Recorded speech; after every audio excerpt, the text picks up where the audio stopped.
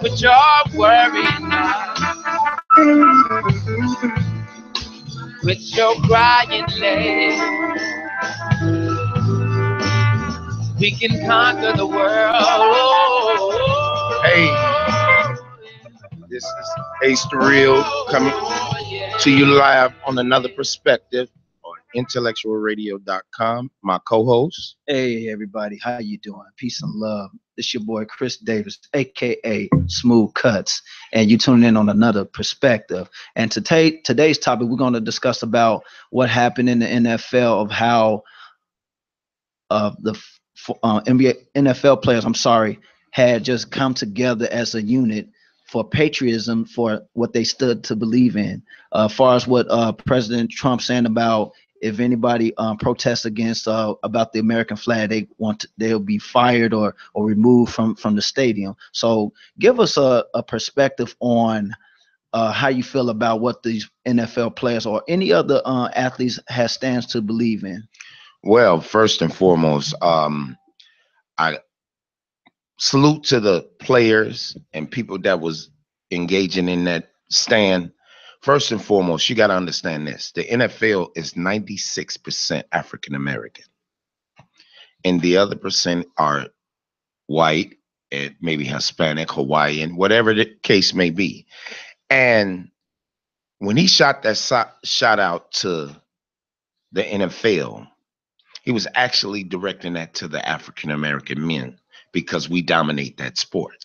Sport. And he felt, this is Donald Trump, he felt that we shouldn't say anything when it comes down to our own people and the injustice in the world, in the United States and in these small cities, big cities, neighborhoods, ghettos, whatever you want to call it. He was basically saying that he didn't care about us. He don't care. He's with the flag. But if everybody really think about it, that flag got our blood on it. We sacrificed a great deal just to be here by slavery. Then on top of that, our constitutional rights, our human rights, our religion's rights, and everything has been violated throughout the years, hundreds of years, And I felt that it was a personal shot to the African Americans, because you got to go back to when he first did his campaign. He was talking about Mexicans and blacks, and he said this out of his mouth: For my African American people, you don't have nothing to lose. You remember that? So, me personally, I do not like Donald Trump. I don't care who he is. He's not my president. He's not presidential. And for him to say that about the NFL, and the NFL responding by not firing back through words, but showing solidarity with the team, that the team is family. And I talked about this a long time ago, where as black people in the neighborhoods, we have all these cliques and these organizations and things like that. Right. We should show solidarity to ourselves. If we respect ourselves, and then those people that's in power gonna have to respect us, because we united as one. And that team, the teams that sat there on that knee or one knee, or actors and anybody else that actually protested through their ability to kneel, we should be able to do whatever we want, because it's our constitutional right to do so. And I agree with what you're saying, because if you look at it, let's go back to the modern day civil rights movement, where Dr. King led a nonviolence movement that should have made a spark. And then you have the Olympic Games, where the protesters had raised up the fist, power to the people, because it was for us, because we was the one that built that foundation to help make the country better. In my point of view, because of my perspective, we the one that gave the blood, sweat, and tears. If you look at it, because to me, I feel that you have these young cats that disrespect our elders, and you don't even know why or where things been going on throughout the past. And I understand that this is a new day age, but people, we have to look at our boundaries from the past. We have to look at what our ancestors did through the past, blood, sweat, and tears. You have to, with Donald Trump, I look at that guy. He's a joke to me, and the reason why I say he's a joke to me, he doesn't care about what we got going on through the struggles. He care about what's going to happen now, far as the war that's going on in China and nuclear and all that other source.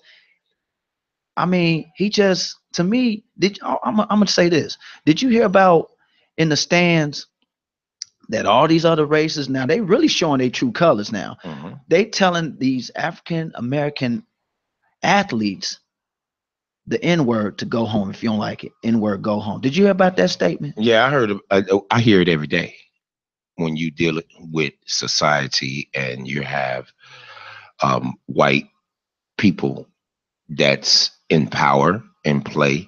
They don't say necessarily the N word, but they use tactics, um, slurs.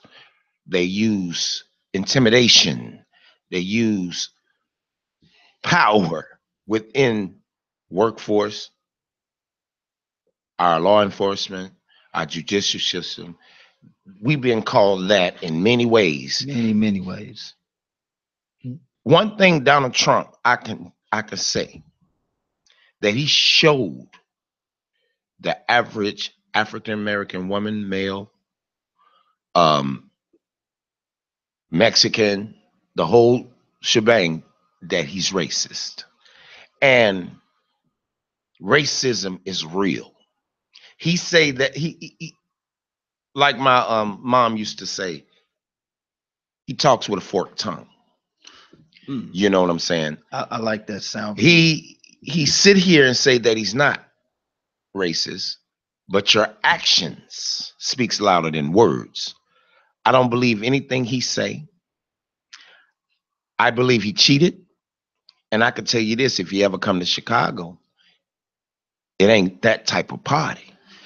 White folks that want to protest in them small towns, come to Chicago and come down to come to Inglewood, come to Roseland, and think you can white power this and white power that. I'm not condoning fighting, but at the same time, we have to stand for something or fall for anything. And you got these token black folks that's really oblivious to what's really going on because evidently them the house Negroes, silver spoon, yes, master, I'm sick. No, We sick, We master. sick. Oh, I got a headache. That's those people, them bootlickers to me. We call them the Uncle Toms. And for this mess to go on social media, in the media, on television, radio, and they promote it hard. If we don't stand for our people, they're gonna run over us. They're gonna keep doing this thing. They're gonna look at us like we're nothing. So I'm asking, I'm praying, and I'm begging our people to band hands and get together and work out our solutions so we can make a plan so we could be a real mark in this new millennium. I want to chime in on what Valerie has said. She said this type of racism has always been in the U.S. and many people, Trump is just making it okay for them to say what they never said. Yeah. And and that's a good point, what you said about Valerie, and I agree with you 100%. Because like I said, again, Donald Trump is not for us. He's against us. Exactly. Because he want to turn against us to use all the negativity crap and just make it look like that we're the bad guys. And all along, that's why I respect so much of Colin Kaepernick and all the rest of the African American football players that took a stand for what they believe in. And the white, you got some. No, if you looked at the television, it was more white folks on them NFL teams standing with so the this brothers. Was just recently. No. When I looked at the games, I ain't been watching the Pittsburgh Steelers. I got to tip my hat off to them. They didn't even come out. Yeah. It was only one guy that came out because he was a military guy. So I respect that. Right. But he did stand at the end and did not go on that field because he wanted to show solidarity with his team. He said, I'm gonna go out here and I'm gonna put my hand on my chest because I am a soldier, but I'm gonna ride with you all and not walk on the grass until we all walk on the grass as a unit. You see what I'm saying? So I respect him for that. He can have his, he can have his certain thoughts about us. We can have our certain thoughts about him. But at that point in time, he showed that he was a brethren to us, to the team, to the world. It is ludicrous that these police are dealing with society, black folks in these black neighborhoods, and not giving us the respect that's due. I'm going to trial next month on that same issue. You're not going to talk to me any type of way because I'm standing here. How do I look suspicious when I'm in front of lights and a million people in front of me? No, I intimidate you because I look you in your eye. See, one thing about white folks, they don't like you to look them in the eye. And you know what? That's what I was I was brought up by old school parents, and I remember quite well what my mother had told me coming up as a child. And she says, "Let me tell you something. When you look at somebody, you don't never look down to them. You look at them. You look through them, all through right through them, Right. Because of that, it's fear, and that you're hungry. You don't never look down. It don't matter what race you are. This is what she told me. It don't matter what race you are, black, white, Hispanic, whatever, brown, blue. It don't matter. You look them dead in their eye, and you tell, and you just you give that demeaning look that says, "Hey, I'm not to be tolerated," or "Hey, I want the job."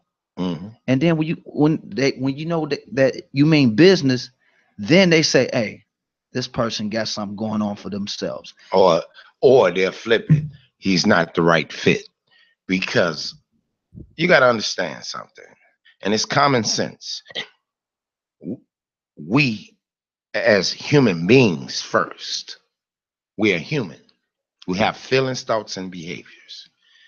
And when you have a group of people that tries to intimidate you, try to incriminate you, and then on top of that, demoralize you as a human being, they use color as a wedge or a stepping stone or the reason why they have you know what it is?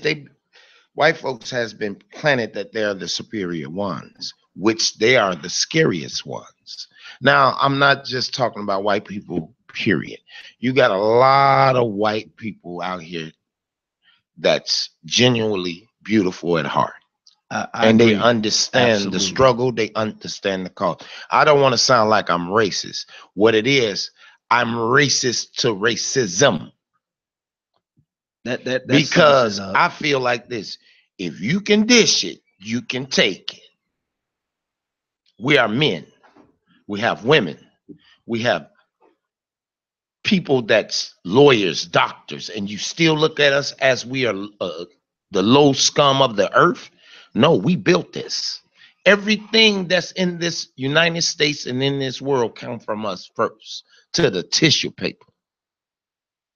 You feel me? So what they're getting scared about, that we're getting smarter, we're getting educated, we are starting to know the truth, and they can't deal with it because actually, if you look at it, the more aggression that they show, they're showing that they're the minority. But they use media, they use television, they use radio, they use music to try to distract us from who we really are. Right. And if we don't camera check that, then yes, we're going to go another 50 years. Kids is not believing in themselves when the family is teaching not to believe in themselves. I want to say there's another topic besides the protesting and patriotic that's going on in the United States and even all over the world, let's talk about of how we can leave a legacy and also continue to move forward with wealth to our children, to bring it down instead of being rich. I understand being rich is a good thing to get out and just, you know, being more on and famous, and that's good and all. But I'm saying is this, like, I want to like pass on to wealth. Like what I really want to do. The way you pass on wealth is education. Yes. Bro. And when you have education and you have a little continuity and you have a little experience. See, before you can even think about having money, you have to establish what you want to get into. And you know what? I had a discussion with my son about that. And I said, son, what did you want to do? He said he wanted to own property. Now, this is coming from a 9-year-old. I'm not making this up. I'm driving him to school this morning to school. And I said, what you want to do? He said, Dad, he said, I want to have my own business. And you know, I never heard that from an average child. Usually they'll say, oh, I want to, when they see television, they want to look at rapping or they want to be a rapper, singer, or entertainment. That's fine and all. But he said, I want to own business, property. He's thinking outside the box. Well, I mean, these young kids today is basically growing up a little fast because of the society that they got in front of them. Now, for a child to say that, yes, he's thinking out the box. He's thinking about longevity. Now, my thing is, in order to have wealth, you have to have experience.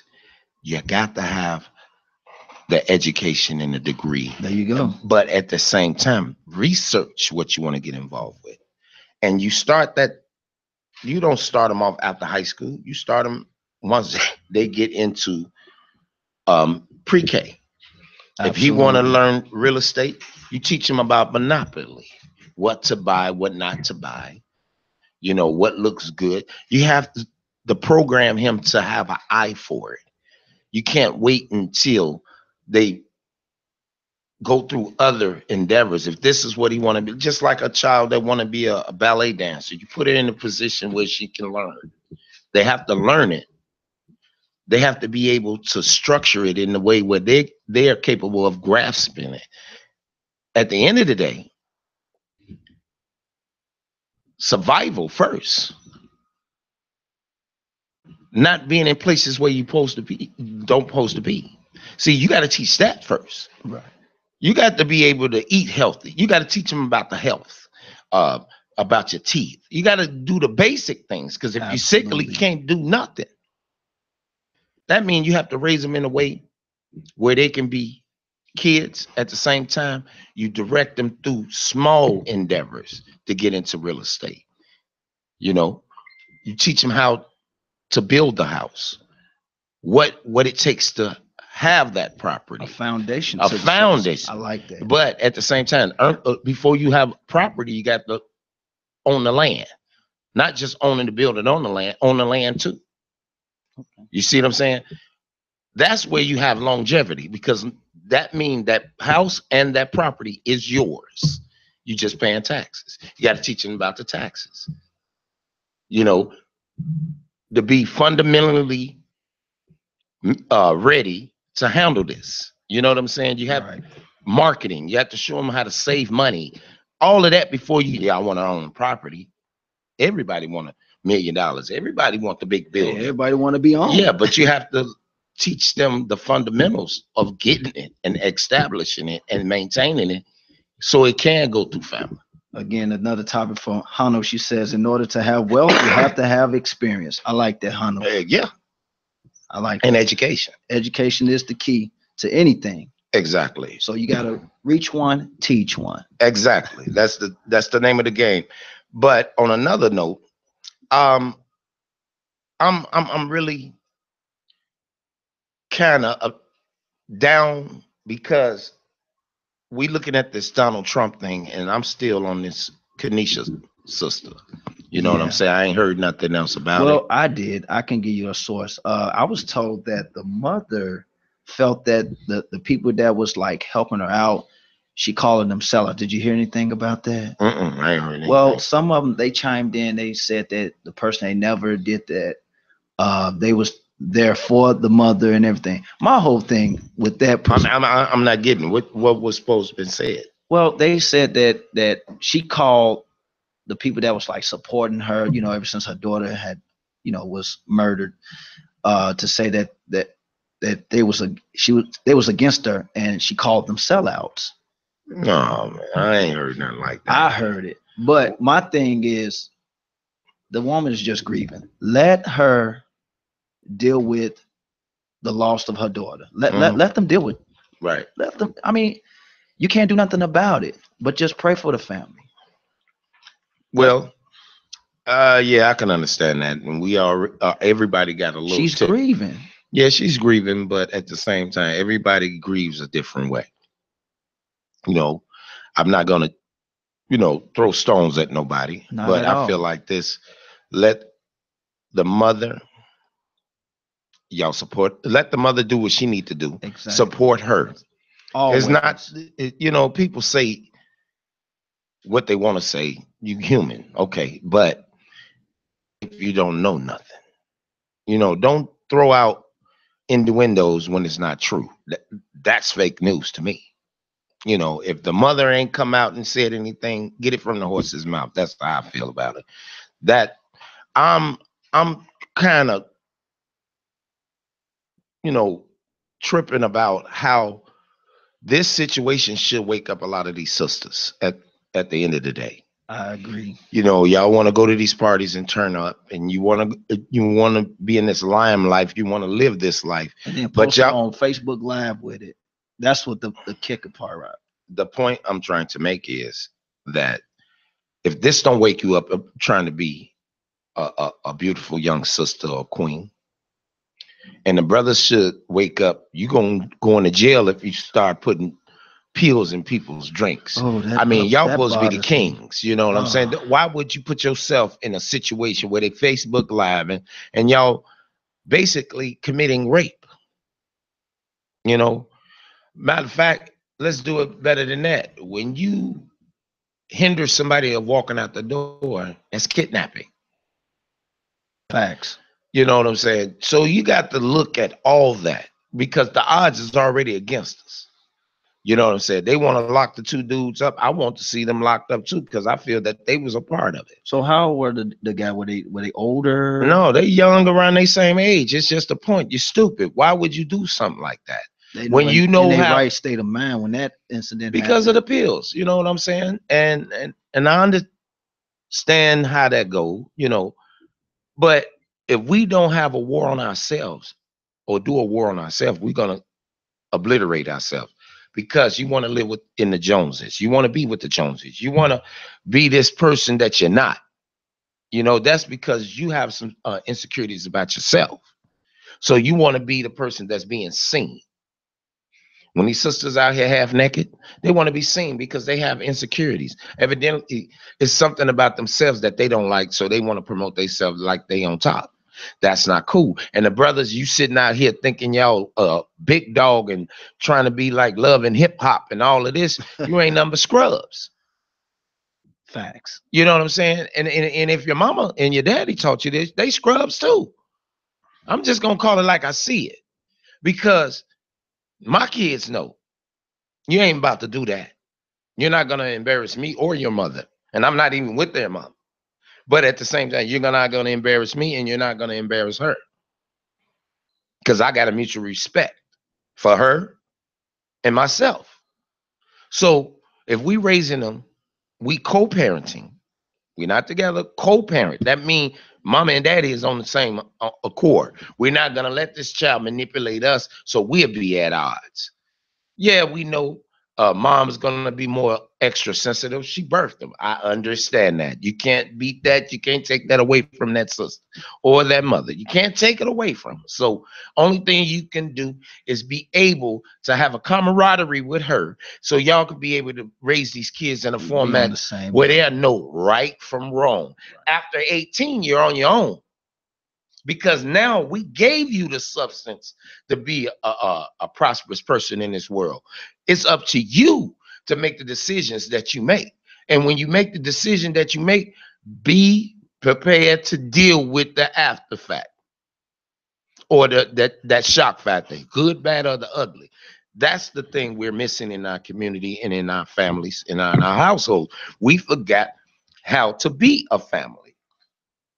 You know what I'm saying? Because we're so used to doing our thing. After the child get 10 years old, he can stay in the house by himself. Give him a video game. He'll be all right.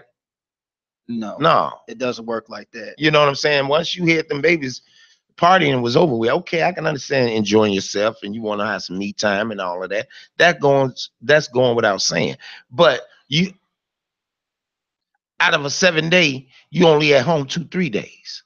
You know what I'm saying? And then the kid got to fend for themselves. My thing is, you have to raise them. It's up to the parent, not the teachers, not the firemen, the police, nobody. We said this before. Or we said it.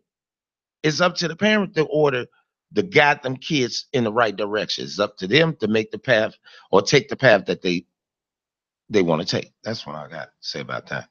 Well, with that, I agree with you. Piggyback from co-parenting and how you should raise the child. There's always family outings, Right. picnics, or just sitting at home and y'all watch discuss a good movie. No, not even that. Sit at the table and have a discussion about life. That's the most education that you can ever get from a parent. You know, I love when my son expressed the way he feels about the family, and that keeps me sharp, and I love that about him. So I mean, I love my son. I took my son for that. So, you know, I did the same thing. I took my kids everywhere. They went everywhere, on the construction site, the whole nine. The point is, once you feed them tools, and you got to feed it to them like a drug, get in the habit of having a conversation at the table. Y'all don't have to be eating. Y'all could be playing spades, anything, or just jaw jacking. Have a deep conversation with your kids, one-on-one if you have to, all of them together, because I don't want nobody to say big eyes and little U's, you treating them better than you treat me, that type of deal. No, y'all have that mutual discussion on what's in their mind. You got to listen to them. You got to read between the lines. You can't always point your finger, you're wrong, you're wrong, you're wrong, you're wrong. No, you got to be able to hear the pain or the happiness or the confusion that's coming out their mouth. Then you as a parent are supposed to be able to dissect that and understand where he's coming from or where he's getting it from. And if it's towards the parent itself, then that's when you get out your feelings. I'm your mama. I can do whatever. No. Yeah, that's the problem. They bitter towards each other. With and that's what make a child bitter towards the parent. Exactly. Because you don't listen to that child. I mean, at the end of the day, you're a parent. You're gonna make the decision anyway. But at least hear them. Then the more that you hear them and you discuss with them, the more they can trust you with their thoughts, feelings, and behavior. Half of the kids that's doing what they're doing now because don't nobody listen to the pain. So they do certain things to be their shield, that they tough, or they got their ego, their chest stuck out, they Superman, whatever the case may be. The point is, you have to hear them kids, because we once was a kid and we felt that we wasn't heard. So what's good for you is good for them too. That's how I feel. I try being like the way how my parents raised me, taking me outings. I do the same thing, taking my son to museums, shed aquariums, take them somewhere that's nice to let them feel the environment. Because at the end of the day, the kids are like sponge. They like to soak up everything. You take them downtown, it's another different variety that they look amongst upon. You know what? Not even just take them downtown. Won't you take them out and no. They already in the jungle. When they go outside, they don't. That's a jungle in itself. Take them to a place where they can be relaxed. What would if a kid is not used to fishing, teach him how to fish. Teach him how to hook a hook on the pole, how to properly put his set his line up. Teach him the little things that will stick in his head. So when he go around water, oh man, I remember pops or mom went fishing. You know, you teach him the minor things. Teach him how to barbecue. How about this? Teach them how to tie up a tie. That, or shine shoes, the whole nine. You have to tap into their mind of doing something more than what they do every day. You know, you got to jar their memory, you know, or jar their mind and see what's really jacking in them. You know what I'm saying? And Facebook Live, feel free to chime in instead of watching. Say something what we can like relate, because again, we can be on Facebook Live and y'all worry about all the negativity, but when it comes to something positive, y'all quiet. But feel free to chime in. That goes to all my Facebook followers, whoever you are. Please just chime in. Yeah, because we're trying to make things more accessible, because social media is not here just to it's good for social, for getting to know people, whatever, but still chime in. So don't be afraid. Well, social media is social media. Because they don't say nothing here, they're gonna say it somewhere else, or they'll walk up to you and say it. So I'm not worried about that. I'm not worried about it, because it's all love. It's all love, love.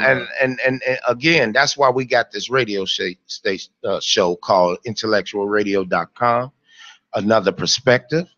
That's why we got this show, because it's another perspective. Everybody might not agree with me. I'm not here for nobody to agree with me, but I would like for the people to chime in and give me their perspective, and maybe we could come on a parallel basis. This is what this is all about.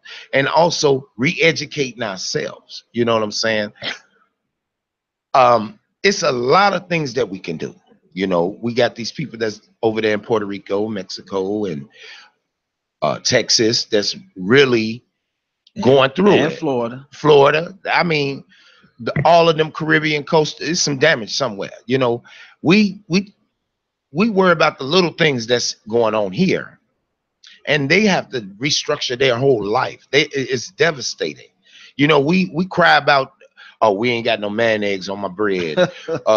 I don't have no hot sauce. Why you wearing my socks? Here it is. These people is living in the clothes that they ran for cover in. They ain't had baths in weeks. You know what I'm saying? You see them coming together. You see Puerto Ricans from Chicago and other nationalities going to the places and helping them people out. Why we can't do that in our own community? That's a fact. You're thumbing your nose at the mirror when you talk about somebody else, because that same person you're talking about is you. You know what I'm saying? Maybe you need to take a reality check. Exactly. And point the fingers to, like, look, maybe I need to make a change. Maybe, I know I've made some mistakes in my past, but you know what? I'm not perfect. I'm human. Right. So let's make a difference in that for the people that lost their loved ones in Hurricane Harvey and Hurricane Irma. Just still check on your loved ones, because I understand this is about to be October and the weather's changing. This is fall. Still check on your loved ones. I still haven't even got a chance. I've been reaching out to one of my buddies. I'm still worried about him. Because there's no power. They keep telling you ain't no power. It's not going. The towers are down, everything. So people is taking a chance on just flying down there to find their family members. You know what I'm saying? So, prayers go out to them. Prayers go out to people that lost family members over there, or who's going through the devastation. We here in Chicago need to do more. Reach out. That's when when they. I'm gonna go back to this. When the football players show solidarity, that's when we're supposed to show solidarity in our neighborhoods. Embracement. Embrace your brothers and sisters. Yes. Don't hate them. It's people that don't like me. Okay, I love you though, because at the end of the day, if I see you stranded, I'm gonna be the same person that's out there. That's Hanul to just. Okay. Thank you, Hanul. Now check this out. Hanu asks, do you feel like social media slash smartphone culture has made people passive or feel more insecure? We're hiding behind the screens most of the time. What what would you like to see social media accomplish that positive? That's positive. Well, I the like that, Hanu. truth, just the truth. With history, with social media, I don't like the media being in people's personal lives. That's I don't like that either. that ain't got nothing to do with me. That's between them two. Leave it alone. It ain't your business. You know what I'm saying? If they wanted us in their And then they're business, gonna add their little 2 cents in. right. So, social Such media is a messy. good thing to promote positivity, positive vibes. It's also free speech. You know what I'm saying? If we like it or not, I have to give that.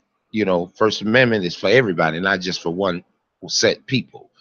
Um, I would love for social media to motivate each other more. Not just saying happy birthday and condolences and all of that. We see that every day. Let's start promoting positivity and good morning. Sometimes I get up in the morning, good morning world. That's all I say, and then everybody else chime in. You know what I'm saying? Let's start putting the truth out there before we say anything. Put it out there, the truth from A to Z. Not nobody adding in, not saying, okay, I seen a man hit a car with a baseball bat. By the time it get to you, I seen a man hit the car with a baseball bat and threw gas on his car. See, that's adding on to the, Yeah, adding that's just fuel to the fire. sometimes, man. That's just being too much with the Yeah, social media. let's put the It truth out really there. is. Let's do more educational things Right. where but make it fun where kids can grab onto. Instead of we looking at channel 7, channel 11, let's promote, kids things and teenage things and young adult things. You know what I'm You saying? know what So, I but at the same time, make it where it's not boring. you know what I like? Well, for promoting with the social media, I too am a barber. I too a teacher. And what I can do, I can be on Facebook Live promoting my haircut, showing them how to blend the proper way, Right. how to hold the clippers the right way, how to hold a razor Mhm. without cutting anybody. Right. Just, I mean, the foundation, washing the person hair first. Cleanliness is next to godliness. Right. That's the first thing, because if you decide to sit in my chair, that goes for new customers. And if you want your hair cut, I kid you not, I won't touch your hair unless you wash your hair, wash your face, and get a haircut. And that's called the grooming, making Mhm. sure that you're neat and clean, no complaints, none of that. Right. Because when you leave out, I want you to feel like $1,000,000. Right. But at the same, yeah, that's true. But we have to get people. You got to go back to the basics. You have to teach them about hygienes. They used to have that in the 4-H club in the what was that? The Boy Scouts and the Girl Scouts. They used to show. They used to teach hygienes. Even at Dusable. Yeah, I mean, Sophisticated ladies and gents. Shout outs to Dr. Emil Hamblin for putting that sophisticated ladies and gents. I appreciate that. yeah, that too. How to dress, how to talk. That's business economics. Teach you about business and how to, uh, fill out a check and put money in the bank and keep accountability on what you spend. That's business economics. And what And you have on this for you, business, when you have, it's a certain dress code. You don't go in there with no leggings with your thong showing, oh my or God. you got skinny boy jeans on with some Jordans with the tongue hanging Let me out, tell you something. If with I a see, t-shirt with a shirt hanging out your pants, I'm so I'm so sick or of these going in guys there with with a skinny jeans with sagging with it. How do you sag with skinny jeans? well, that's the Lil Wayne of the world, but that's fashion. Okay, but when it come down to a job and business, you have to have your regular shirt, tie, and slacks, black shoes, the basics. You don't have to go in there with alligator skin. You ain't got to go in there with some funky Tim boots on. Or You open got to toe teach. sandals? Oh, right, with no socks. Right. You, they have to go back to the basics, and at the same time, yes, It's a new age, new ways of creative thinking. That's fine. Well, you put a little bit of the old with the new, and they come out with their own bling bling. You see what I'm saying? You don't have to, Class. you have to have a little one-on-one with them. Like you said before, teach them how to tie a tie, how to properly lace your shoes if they're dress shoes or if they're gym shoes. You know what I'm saying? Little things. And you joke with them. That man, you looking like you finna go play some basketball. This is the proper way. What, Dad, what you talking about? You don't know. You old. Let me show you how your little young boys think. Let me, you make it fun with them, so they won't be subjected Interact. or subdued from you. That's all I'm saying. I love it. Well, you want to have a quick break real quick? Yeah. Let's take a quick break, and we'll be back on another perspective. What you had to do? Go ahead.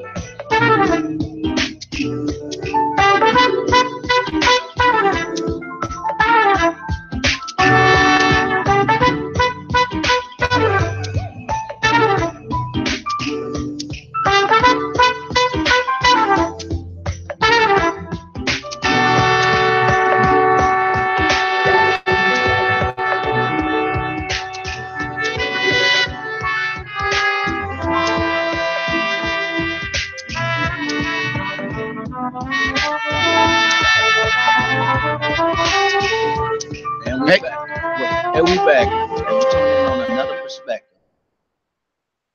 Again, this is an interesting topic that we was discussing about how do simple things with our loved ones, especially our youth.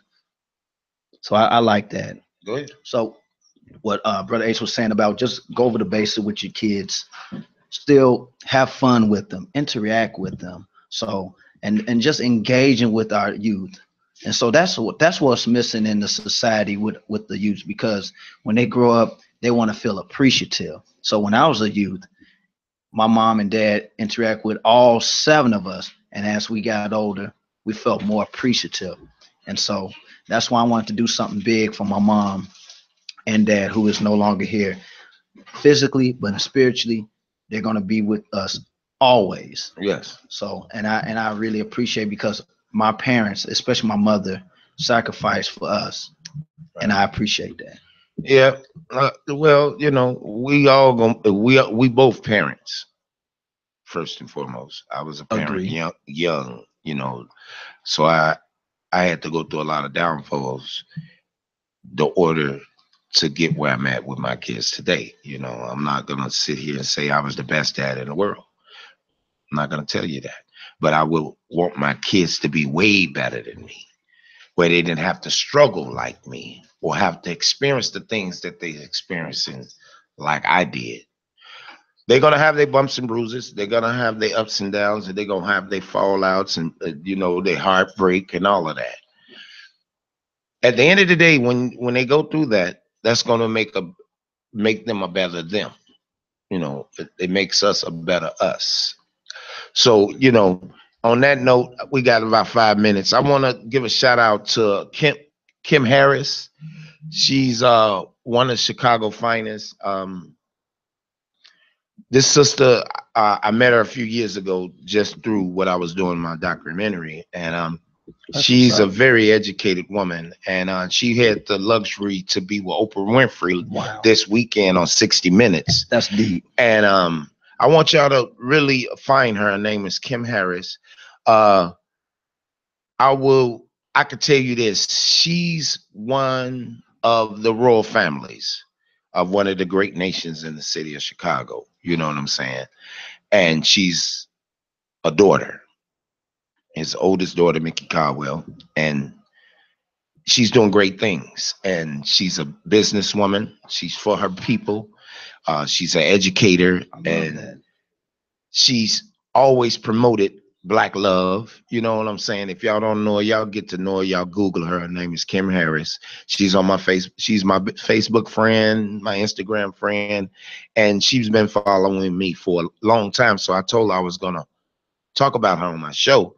And next week, I got a couple of people. One of them reached out to me. The young lady, I forgot her name, but she said the brother got in contact with me, and it was a young lady that got in contact with me. I know this person? Yeah, she said that you gave her my, Oh, I know who you talking about. So she's gonna be on next week. She's got her own little non-for-profit. I'm not gonna give her a name right now because I want her to be able to introduce. That's what's up. Yeah, I like that. So just let her know that she on for next week. Okay, and that's what it's all about. Again, Brother Ace, I really appreciate you being a panelist with you, and we growing to knowing amongst ourselves and that way to get the knowledge out. And for people that don't know, this brother is like sharp, like very smart and intelligent young brother coming from the Robert Taylor Homes, and me coming from Stateway Gardens. But at the end of the day, we're still family as one. So as the word of the song of Frankie Beverly Mays, we are one. We are one. We are one. So I want to also give a shout out to Warriors Dojo. I want to give a shout out to also Vanessa Billions that keeping the business going, and also a shout out to my brother Deli King. Again, if you're hungry, if you want some good eating, go to his restaurant located 410 West 71st Street in Chicago on the South Side. So whenever you get a chance, feel free to stop by, grab a good bite to eat. Start promoting Black businesses, restaurants. I don't know a lot of them. I'm gonna get up with them and basically have their names. We're gonna start throwing shots out to Black businesses, restaurants, absolutely, clothing stores, boutiques. Start spending your money with your own people. And maybe some of these people give us the respect that we supposed to have. I'm also gonna give a shout out to my grandmaster Cleovis Caven, who is watching. I appreciate you, who brought me into the martial art realm. So I appreciate that, sir. Okay. Well, you're listening to Another Perspective. I am Aaron the Real. And I'm Chris Davis, aka Smooth Cuts. And you're listening to Another Perspective. Peace. Peace and love.